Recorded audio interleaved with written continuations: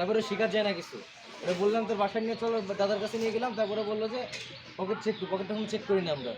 ওর pocket check করে পেলাম এই গাছটুকু দেখা হয় না, উল্টো এগুলো আল আছে,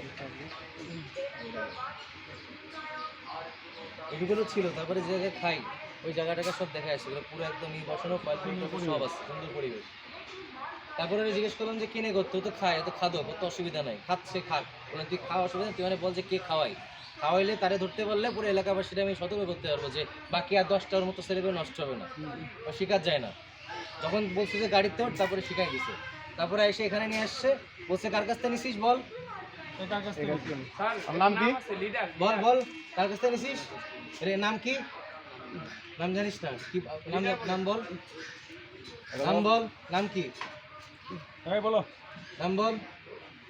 তোরা কি নামে চিনিস, কি নামে চিনিস ওটাই বল, তুই বল। আমি তো চার স্থলের নাম এখানে কি নাম, কি নামে নাম কি? চিনিস? চার স্থলের দোকানদারি মসজিদ বসে না, এখানে খালি এটাই চিনি, খালি নাম মনে নেই আমার। তুই বেটা বের করতে তুই আমি তো নাম তো বাইকে নেই, পকেটের দাঁত বের কর। তোমাদের বাসা কোথায়? ওদের পুরো এইখানে বাসা হলে চিনবে না। নাম তো মনে নাই। আপনি যাবেন, চলেন দেখবেন ওই পুরো বাসের এসে যা অবস্থা, মানে কি ওই ছবি তুলে নিয়ে আসছে, ছবিটা দেখা। তুই এর কাছ থেকে নিছিস তো, এর কাছ থেকে আইছিল, আর তুই কার কাছ থেকে নিছিস? এর কাছ থেকে নিছিস। এবারে চেক করে নিজের বাড়ি, এই যে আপনারা আসছেন, আমরা তখন একটু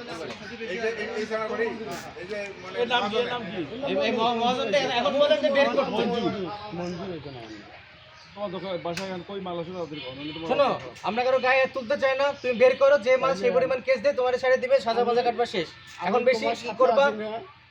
আমি তোমার সাথে আছি ভাইজান। তোমার এই আল্লাহ বিল্লাহ নাম বাদ দাও ভাই, তুমি তুমি অনেক অনেক বড় মাল, আল্লাহ তুমি যে অনেক বড় মাল, তোমারে বলতেছে এই বার বলতে তোমার কাছ থেকে নিছে, তুমি শিকার জানো, তারপরে তুমি কত বড় মাল তোমার তো বোঝা হয়ে গেছে। অভিনয় বাদ দে, অভিনয় বাদ দে, অভিনয় বাদ আপনি দেখেন, চেক করেন, আপনারা তো জানেন, এই চেক করেন। হাত ধর, হাত ধর, কি করবে?